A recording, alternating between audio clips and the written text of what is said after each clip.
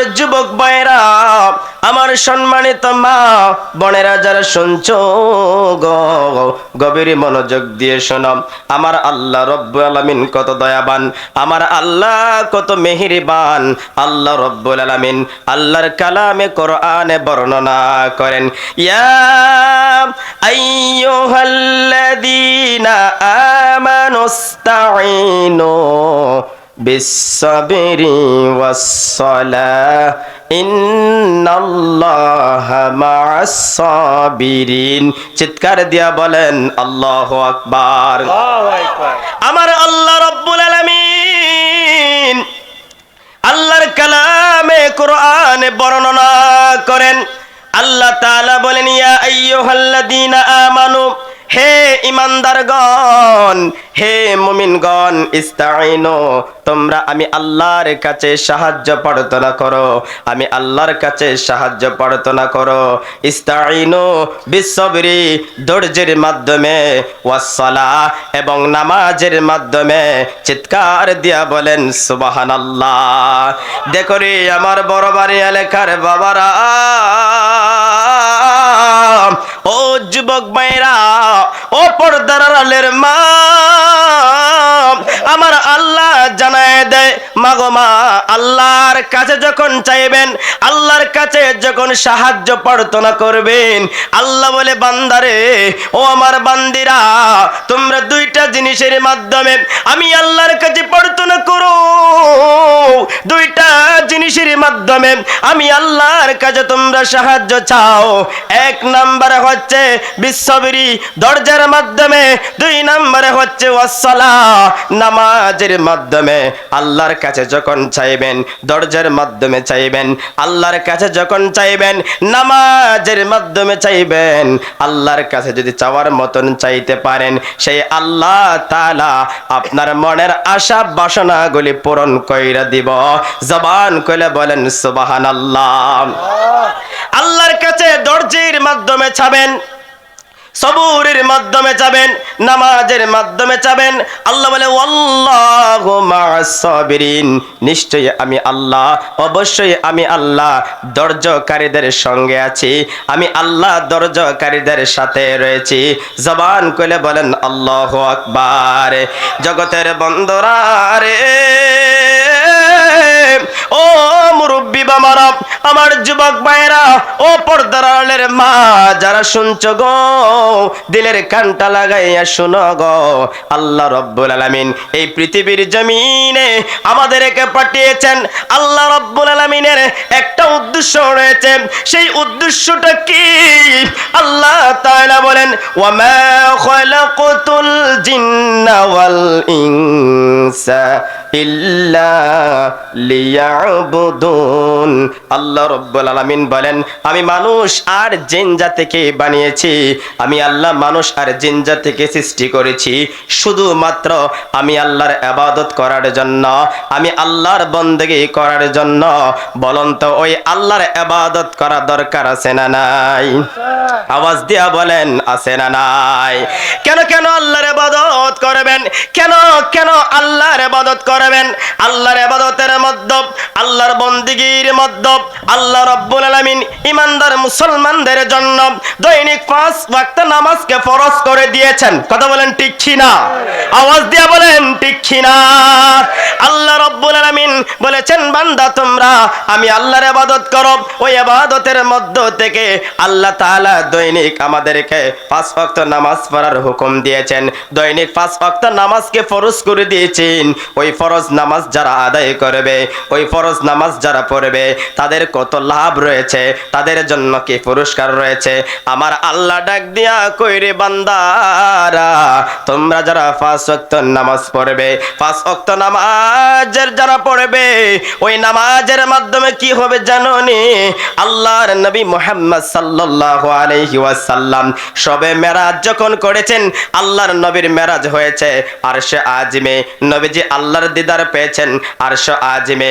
আর আল্লাহ তাআলা জানাই দিলেন এই পৃথিবীতে যত ঈমানদার মুমিন বান্দা বান্দী রয়েছে তারা যখন আমি আল্লাহর হুকুম 5 ওয়াক্ত নামাজ পড়বে ওই নামাজের মাধ্যমে বান্দার মেরাজ হয়ে যাবে, আমি আল্লাহর দিদার হয়ে যাবে। জবান খুলে বলুন সুবহানাল্লাহ। আল্লাহর দিদার হয়ে যায় নামাজের মাধ্যমে, মেরাজ হয়ে যায় নামাজের মাধ্যমে। শুধু তাই নয়, ওই নামাজের আরো অনেক ফজিলত রয়েছে। আল্লাহর হাবিব ডাক দিয়ে কয় সাহাবীরা রে, ও আমার সাহাবীরা, এই 5 ওয়াক্ত নামাজের কত দাম তোমরা জানো নি? কোন মানুষের বাড়ির পাশে যদি পুকুর থাকে আর ওই পুকুরের মধ্যে যদি কোন মানুষ দৈনিক 5 বার গোসল করে তার শরীরের মধ্যে কোনো ময়লা থাকবে। সাহাবায়ে কেরাম বলে ইয়া রাসূলুল্লাহ, নবী গো, ও মায়ার নবী গো, কোন মানুষ যখন দৈনিক পুকুরের মধ্যে 5 বার গোসল করে, নদীর মধ্যে যখন মানুষ 5 বার গোসল করিবে গো, তার শরীরের মধ্যে কোনো ময়লা আবর্জনা থাকবে না। আল্লাহর হাবিব ডাক দিয়ে কয় ও সাহাবীরা, যখন কোন মানুষ দৈনিক আল্লাহর হুকুম 5 ওয়াক্ত নামাজ পড়বে রে, ওই নামাজ পড়ার কারণে 5 ওয়াক্ত নামাজ পড়ার বদৌলতে তার শরীরের মধ্যে কোনো গুনাহ থাকবে না। জবান খুলে বলুন সুবহানাল্লাহ। আপনি যখন দৈনিক 5 ওয়াক্ত নামাজ পড়বেন, নামাজের মাধ্যমে গুনাহ মাফ হয়ে যাবে, নামাজের মাধ্যমে গুনাহ মাফ হয়ে যাবে, নামাজের মাধ্যমে জান্নাত লাভ করা যায়, নামাজের মাধ্যমে আল্লাহর নৈকট্য অর্জন করা যায়, নামাজের মাধ্যমে আল্লাহর কাছে আপনি যা চাবেন আমার আল্লাহ তাআলা তাই দান করে দিবেন। আল্লাহর নবী হযরত ঈসা রূহুল্লাহ আলা নবিয়িনা আলাইহিস সালাতু ওয়াস সালাম তিনি সফরে বের হয়েছেন, তিনি ভ্রমণ করতেছেন। আল্লাহর নবী ঈসা আলাইহিস সালাম তাকায়া দেখে রে, একটা পাখি একটা ময়লা আবর্জনার মধ্যে তার শরীরটাকে ময়লা করে ফেলতেছে, আবার নদীর মধ্যে যায়া সে আবার গোসল করতেছে, পরিষ্কার হয়ে যাচ্ছে। এইভাবে ওই পাখিটা ঈসা নবী তাকাইয়া দেখে, দৈনিক ঈসা নবী তাকাইয়া দেখে ওই পাখিটা ময়লা আবর্জনার মধ্যে 5 বার তার শরীরটাকে ময়লা করেছে, আবর্জনায় মধ্যে বড়িয়েছে, আবার নদীর মধ্যে যায় 5 বার শরীরটাকে পরিষ্কার করেছে। ঈসা নবী এই পাখিটার এই অবস্থা দেখে গো তিনি টেনশনের মধ্যে পড়ে গেলেন, চিন্তায় পড়ে গেলেন। পাখিটা শরীরটা বড়ালো, ময়লায় আবর্জনার মধ্যে শরীরটাকে ময়লা করলো, আবার নদীর মধ্যে যাইয়া গোসল করলো। তিনি আসমানের দিকে তাকায়, আমার আল্লাহ রব্বুল আলামিন হযরতে জিবরাইল আলাইহিস সালামকে তিনি পাঠাইয়া দিলেন। হযরত জিবরাইল এসে ডাক দিয়ে কয় ও নবী ঈসা গো, ওই পাখিটা ময়লার মধ্যে 5 বার ময়লাটাকে শরীরটাকে বড়িয়েছে, আবার নদীর মধ্যে যাইয়া 5 বার গোসল করেছে। এই মাহাত্ম্যটা আপনি বুঝতে পারলেন না? শুনুন, আপনার পরপরই এমন একজন নবী আসবে, ওই নবীর উম্মতেরা অল্প হায়াত পাবে। এই অল্প হায়াতের ভিতরে তারা গুনাহের সাগরে ডুবে যাবে, গুনাহের মধ্যে ডুবে যাবে। আমার আল্লাহ তাআলা ওই নবীর উম্মতের জন্য এমন একটা সাগর বানিয়েছেন, যেই সাগরে গিয়া, যেই নদীর মধ্যে গিয়া তারা যদি দৈনিক 5 বার গোসল করে, 5 বার গোসল করতে পারে, ওই নদীতে গোসল করার সঙ্গে সঙ্গে তাদের শরীরে যে গুনাহের দাগ রয়েছে, তাদের শরীরে যে গুনাহের ময়লা রয়েছে, ওই নদীতে গোসল করার পরে আল্লাহ তাআলা তাদের গুনাহগুলি মাফ করে দিব। জবান খুলে বলুন সুবহানাল্লাহ, আর আওয়াজ দিয়ে বলুন না সুবহানাল্লাহ। ঈসা নবী সফররত অবস্থায় পাখিকে দেখতে পেলেন। ওই পাখির এই ঘটনা থেকে ঈসা নবী জানতে পারলো গো, আখিরি জামানায় এমন নবী হবে যার নাম হবে হযরত মুহাম্মদ সাল্লাল্লাহু আলাইহি ওয়াসাল্লাম। ওই নবীর উম্মতরা অল্প হায়াত পাবে, এই অল্প হায়াতের ভিতরে তারা গুনাহের মধ্যে ডুবে যাবে, গুনাহ করে ফেলবে। কিন্তু আল্লাহ তাআলা ওই নবীর উম্মতের জন্য, আখির নবীর উম্মতের জন্য নামাজ নামক একটা সাগর দিয়েছেন। নামাজ নামক একটা সাগর রয়েছে। ওই নামাজ নামক সাগরে যারা দৈনিক 5 বার গোসল করবে রে, ও বড়বাড়ি এলাকার সুন্নি জনতা, যারা দৈনিক 5 বার গিয়ে গোসল করবে, 5 বার গোসল করার সঙ্গে সঙ্গে আল্লাহ তাআলা তাদের গুনাহগুলো মাফ করিয়া দিব। বলুন তো ওই 5 ওয়াক্ত নামাজ পড়া দরকার আছে না নাই? আওয়াজ দিয়া বলেন আছে না নাই? কিন্তু আমরা নামাজ পড়ার টাইম নাই, খাস কর্মের অভাব। কতক্ষণ ঠিক না বেঠিক? নামাজ পড়ার সুযোগ হয় না। সময়ের দরকার, আলোচনা করতে গেলে অনেক সময়ের দরকার, কিন্তু খুতবা পড়ি নাই, লম্বা করি নাই, সরাসরি আলোচনায় ঢুকে গিয়েছি। জানি না কতটুকু সময় পাবো। আমি আমার আলোচনাটা গুছানোর চেষ্টা করব। গভীর মনোযোগ দিয়ে শুনেন। নামাজের আলোচনা আমাকে বলা হয়েছে নামাজ সম্পর্কে আলোচনা করার জন্য। গভীর মনোযোগ দিয়ে শুনেন। আল্লাহ তাআলা প্রত্যেকটা ইমানদার মুমিন মুমিনাতের উপর, নর নারীর উপর, পুরুষ এবং নারীর উপর, বালেগ বালেগার উপর আল্লাহ তাআলা দৈনিক 5 ওয়াক্ত নামাজ পড়াকে ফরজ করে দিয়েছেন। এই নামাজ ছাড়া যাবে না, এই নামাজ পড়তে হবে, এই নামাজ পড়তে হবে। একমাত্র উম্মতে মুহাম্মদীদেরকে আল্লাহ রাব্বুল আলামিন কেমন মর্যাদার অধিকারী করেছেন। আল্লাহ রাব্বুল আলামিন, আপনি কেন নামাজ পড়বেন?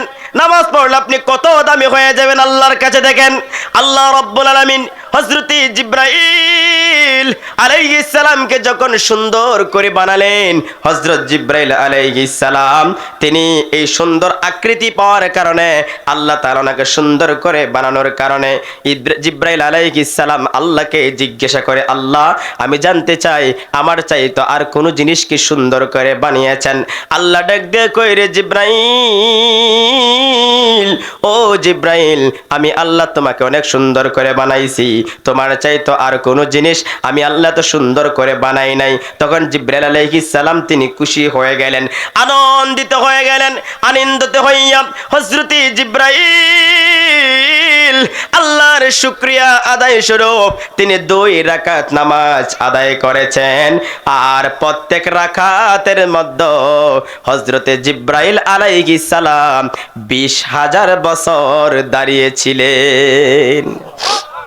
2 রাকাত নামাজ আদায় করছে জিবরাইল, আর 1 রাকাত নামাজে তিনি 20,000 বছর দাঁড়িয়েছিলেন। কিন্তু আমরা নামাজ পড়ি, নামাজে গেলে দেখা যায় 2 মিনিটে 4 রাকাত শেষ। ঠিক না ঠিক বলেন? বোঝা যায় যে এটা বিমান দৌড়াইতেছে, নামাজ পড়তে গেছে না, রকেট দৌড়ায়। মুরুখ দেখবেন যখন কোনো খাবার খায় যেভাবে টুকরায়, আমরাও ওইভাবে নামাজ পড়লে আপনার নামাজ আল্লাহর দরবারে গ্রহণযোগ্য হবে না। জিবরাইল আলাইহিস সালাম তিনি 20,000 বছর 1 রাকাতে দাঁড়িয়েছিলেন। এইভাবে আল্লাহর শুকরিয়া আদায় করার জন্য আল্লাহ জনাকে সুন্দর করে বানালেন। সেই শুকরিয়া আদায় করার জন্য হযরত জিবরাইল 2 রাকাত নামাজ আদায় করেছেন, আর প্রত্যেক রাকাতে 20,000 বছর দাঁড়িয়েছিলেন। এইভাবে তিনি 40,000 বছর দাঁড়িয়ে হযরত জিবরাইল আলাইহিস সালাম তিনি 2 রাকাত নামাজ আদায় করেছেন। 2 রাকাত নামাজ আদায় করার পরে হযরত জিবরাইল আলাইহিস সালামকে ডাক দিয়া বলে, আমার আল্লাহ, ও জিবরাইল, আমি আল্লাহ তোমাকে সুন্দর করে বানানোর কারণে, ভালো আকৃতিতে বানানোর কারণে তুমি আমার শুকরিয়া আদায় স্বরূপ 2 রাকাত নামাজ পড়েছো, আর ওই 2 রাকাত নামাজের ভিতরে তুমি 40,000 বছর দাঁড়িয়েছিলে। ওরে জিবরাইল, শুনো শোনো, তুমি যে এই 2 রাকাত নামাজ আদায় করেছো 40,000 বছর দাঁড়িয়ে, তোমাকে আজকে জানাই দেই রে জিবরাইল, জিব্রাইল আখিরি জামানায় আমার একজন বন্ধু আসবে রে, যিনার নাম হবে মুহাম্মদুর রাসূলুল্লাহ সাল্লাল্লাহু আলাইহি ওয়াসাল্লাম। ওই নবীর উম্মতেরা অল্প হায়াত পাবে। এই অল্প হায়াতের ভিতরে তাদের কিছু সময় ঘুমের মধ্যে চলে যাবে, কিছু সময় দুনিয়ার কাজকর্মে চলে যাবে, আবার কিছু সময় গুনাহের মধ্যে চলে যাবে। অল্প সময় পাবে।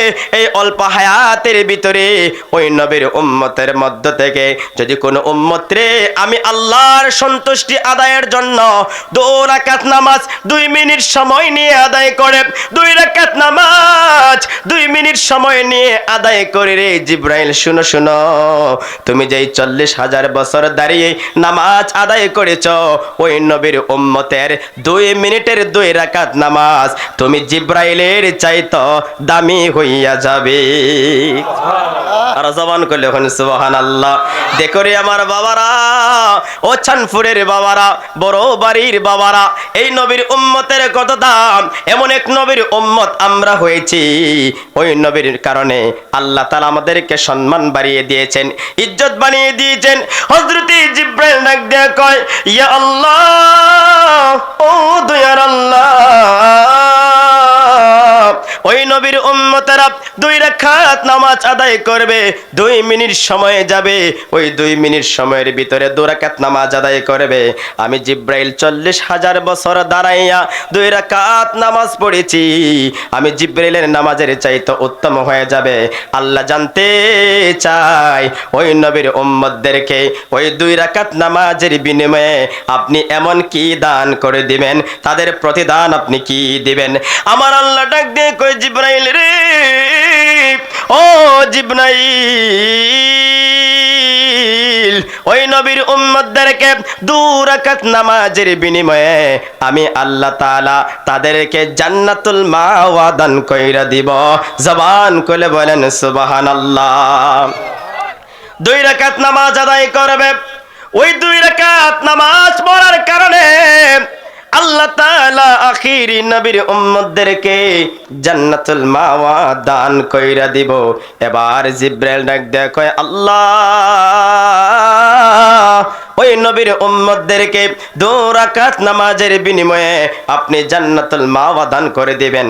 আল্লাহ, ওই জান্নাতটা কেমন আমি একটু দেখতে চাই, আপনি আমাকে অনুমতি দিন, আমি ওই জান্নাত সফর করব, ওই জান্নাত ভ্রমণ করব। এবার আমার আল্লাহ রাব্বুল আলামিন হযরত জিব্রাইল আলাইহিস সালাম কে অনুমতি দিয়ে দিবেন, যাও রে যাও জিব্রাইল, আমার বন্ধুর নবীর উম্মতদেরকে যে জান্নাতটা দান করে দিব, ওই জান্নাতটা তুমি একটু দেখে আসো, ওই জান্নাতটা একটু পরিদর্শন করে আসো। এবার জিব্রাইল আলাইহিস সালাম ওই জান্নাত দেখার জন্য জান্নাতের ভিতরে প্রবেশ করবে, জান্নাতের ভিতরে তিনি ঢুকবে, জান্নাতের ভিতরে ভ্রমণ করতে লাগবে। ওনার যে নুরানি ফাঁকা রয়েছে, ওই ফাঁকা দিয়া, ওই ফাঁকার মাধ্যমে হযরতে জিব্রাইল আলাইহিস সালাম জান্নাতের ভিতরে তিনি উঠতে আরম্ভ করে দিবেন, চলতে আরম্ভ করে দিবেন। এইভাবে চলতে চলতে প্রায় 3000 বছর জান্নাতের ভিতরে অতিক্রম করবেন। আল্লাহু আকবার বলেন। 1000 নয়, 2000 নয়, 3000 বছর পর্যন্ত জান্নাতের ভিতরে অতিক্রম করবেন। জান্নাতের ভিতরে 3000 বছর অতিক্রম করার পরে গো জিব্রাইল আলাইহিস সালাম হঠাৎ একটা বিশাল দেহের গাছ দেখতে পাবেন। ওই গাছের নিচে বসবেন, সেজদায় পড়ে যাবেন। আল্লাহর কুদরতি কদমের মধ্যে জিব্রাইল আলাইহিস সালাম সেজদা দিয়ে দিবেন। সেজদায় পড়িয়া আল্লাহকে ডাক দিয়া বলবে, আল্লাহ, আপনার বন্ধু নবীর উম্মতদেরকে আপনি যেই জান্নাত দান করে দিয়েছেন, আপনি যেই জান্নাত দান করে দিয়েছেন, ও আল্লাহ, জান্নাতের ভিতরে আমি জিব্রাইল 3000 বছর অতিক্রম করেছি। ও আল্লাহ, আমি কি জান্নাতের শেষ সীমানা পর্যন্ত পৌঁছতে পেরেছি? আমার আল্লাহ ডাক দিয়ে কই, জিব্রাইল রে, ও জিব্রাইল, আমার বন্ধু নবীর উম্মতদেরকে এমন একটা জান্নাত আমি আল্লাহ দান করে দিয়েছি, তুমি সেই জান্নাতের ভিতরে 3000 বছর অতিক্রম করেছো।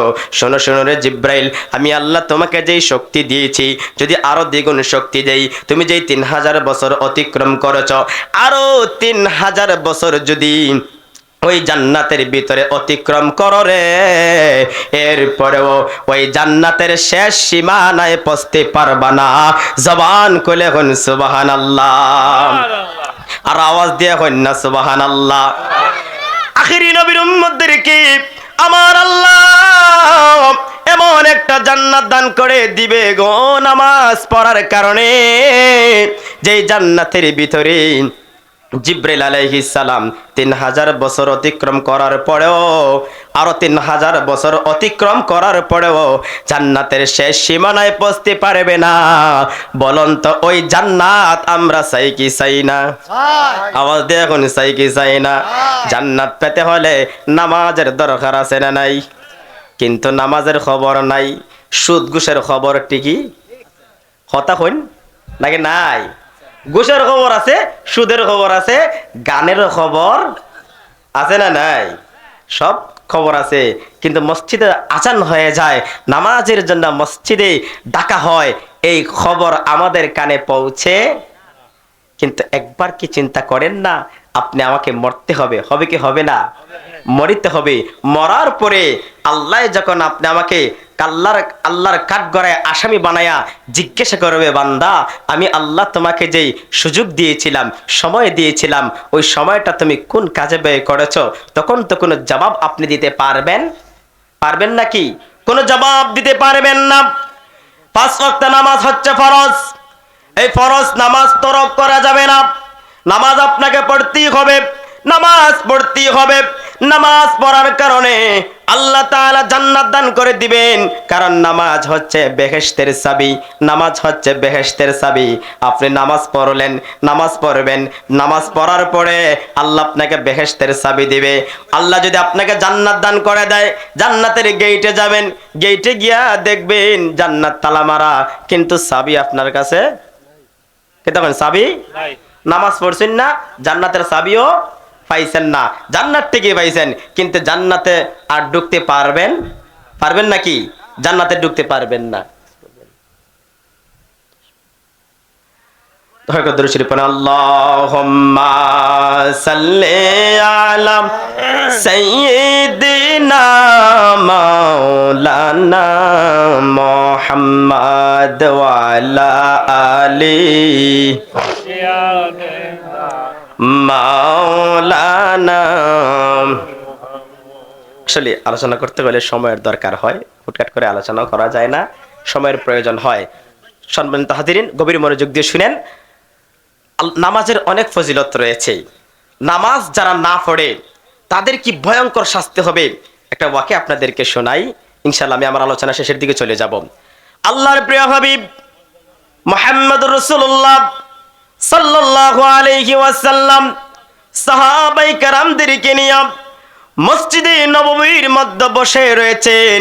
আমার নবী তাকায় দেখেন মসজিদে নববীর দরজার মধ্যে একটা যুবক দাঁড়ায়া দাঁড়ায়া চোখের পানি ছেড়ে ছেড়ে কাঁদতেছে।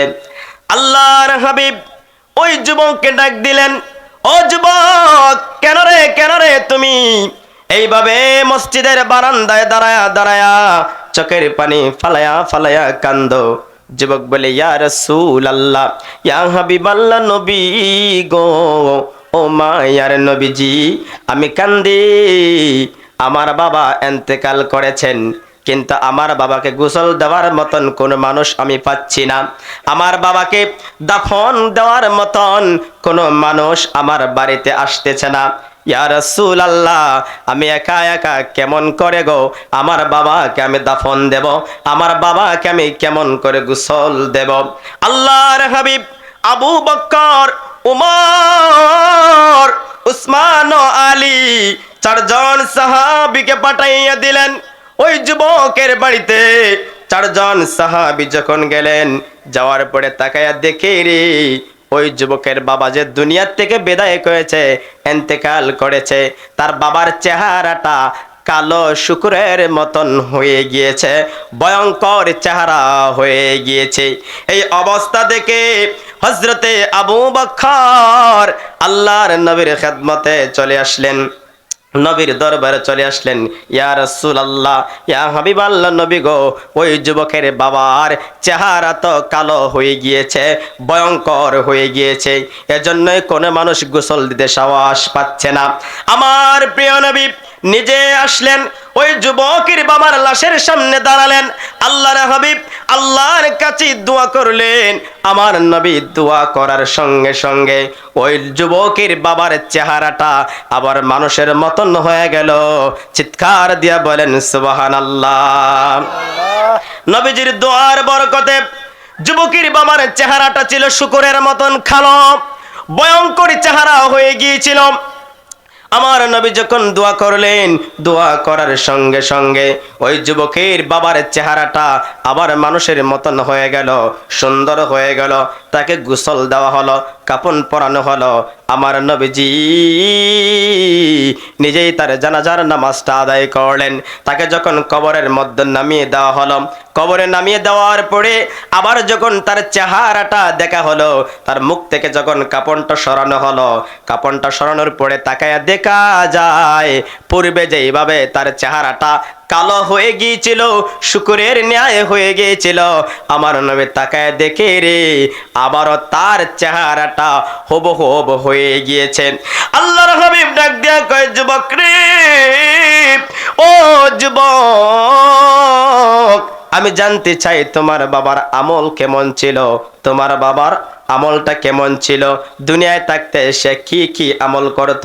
যুবক বলে, ইয়া রাসূলুল্লাহ, ইয়া হাবিবাল্লাহ, নবী গো, আমার বাবার আমল তো ভালো ছিল, কিন্তু তার মধ্যে একটা বদ অভ্যাস ছিল। ওই অভ্যাসটা ছিল সে সময় মতো নামাজ পড়তো না। চিল্লা বলেন নাউজুবিল্লাহ। সে সঠিক টাইমে নামাজ পড়তো না, সময় মতো নামাজ আদায় করতো না। আল্লাহর হাবিব উপস্থিত সকল মানুষদেরকে লক্ষ্য করে জানায়া দিলেন, ও আমার সাথীরা, ও আমার সাহাবীরা, শুনো শুনো রে, আজকে এই যুবকের বাবার এই ঘটনা থেকে তোমরা শিক্ষা গ্রহণ করো। যারা নামাজটাকে ছেড়ে দেবে, নামাজটাকে ছেড়ে দিবেন, আল্লাহর রহমত তার প্রতি থাকবে না, আল্লাহর রহমত তার প্রতি থাকবে না। যে ব্যক্তি নামাজ ছেড়ে দিবে, তার চেহারাটা শুকরের মতন হইয়া যাবে। জবান কইলে নাউজুবিল্লাহ। এই আমার বন্ধুরা, বাবারা রে, ও যুবক মায়েরা, ও মুরব্বী বাবারা, ও পর্দার আড়ালের মা যারা শুনছো গো, দিলের কানটা লাগাইয়া শোনো। এই জন্য নামাজ ছাড়া যাবে না। যখন মসজিদে আজান হয়ে যায়, নামাজের জন্য দাঁড়িয়ে যান। যখন মসজিদে আজান হয়ে যায়, নামাজের জন্য প্রস্তুতি গ্রহণ করুন। বর্তমানে অনেক জামানা, আজকের মা বোনেরা বেশিরভাগ তারাই নামাজ মিস করে। কথা বলেন ঠিক কিনা? আজকের মা বোনেরা স্টার জলসা নিয়ে ব্যস্ত, টিভি সিনেমা নিয়ে ব্যস্ত, মসজিদে আজান হয়ে যায়, আজকের মা নামাজ পড়তে চায় না, নামাজ পড়তে চায় না। স্টার জলসার কোন সিরিয়াল যদি ফালায়া দেয়, মিস হয়ে যায়, পরের দিন সকালে আবার উঠটা খাজা আদায় করে। কে আদায় করে? করে কি করে না? অথচ নামাজ যদি মিস হয়ে যায়, নামাজ আর পড়তো, নামাজের কোনো খাজা আদায় নাই, নামাজ পড়িওই না। যদি কোনো স্টার জলসা, ইন্ডিয়ার কোনো সিরিয়াল যদি মিস হয়ে যায়, কোনো নাটক যদি মিস হয়ে যায়, এটা আবার পরে খাজা আদায়, এমন ব্যস্ত হয়ে যায়। ও মা, একবার চিন্তা করলেন না?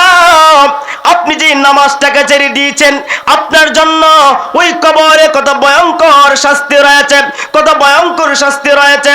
ও মা, দিলের কানটা লাগাইয়া শুনো গো।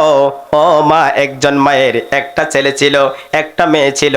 ও মা, গভীর মনোযোগ দিয়েছিও। ওই মায়ের একটা সন্তান ছিল, একটা মাত্র মেয়ে ছিল।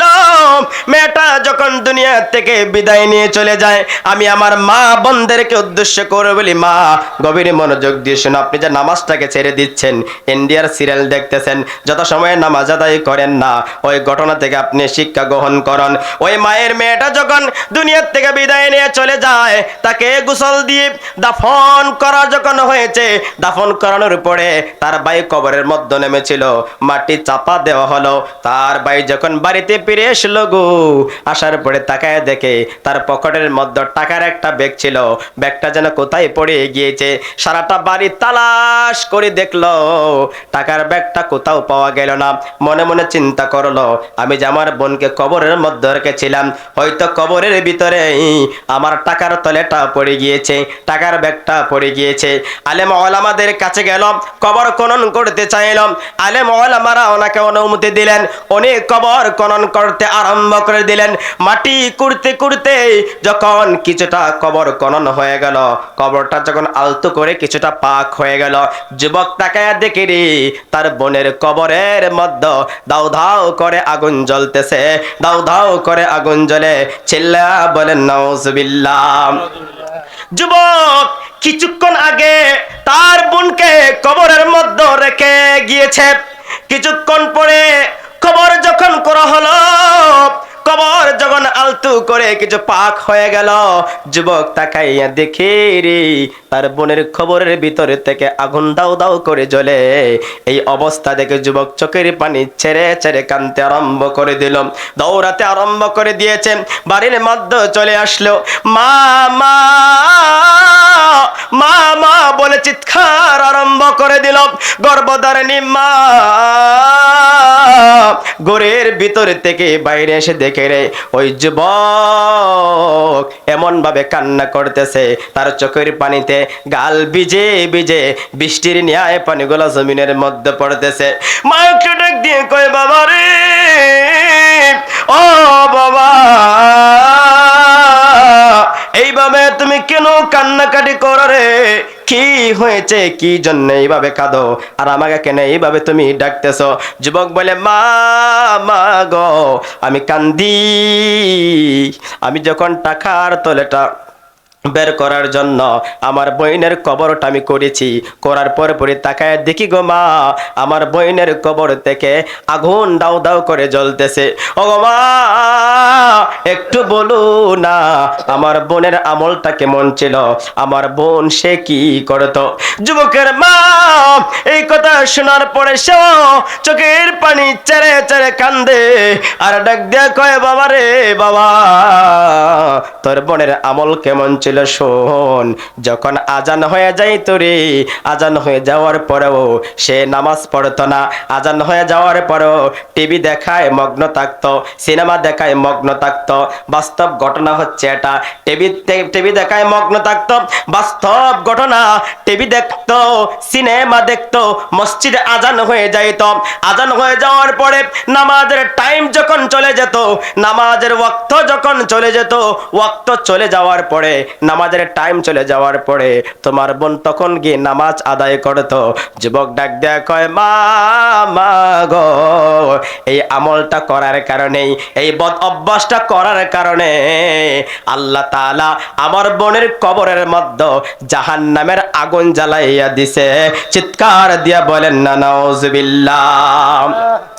ও পর্দার আড়ালের মা, তোমরা যারা টিভি দেখো, সিনেমা দেখো, ইন্ডিয়ার সিরিয়াল দেখো গো মা, সঠিক টাইমে নামাজ পড়ো না।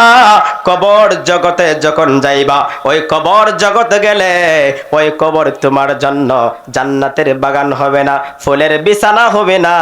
আল্লাহ জাহান্নামের আগুন দিয়া জাহান্নামের বাগান বানায়া দেব, আর ওই কবরে তোমাকে জাহান্নামের আগুনে জ্বলতে হবে। কথা বলেন ঠিক কিনা?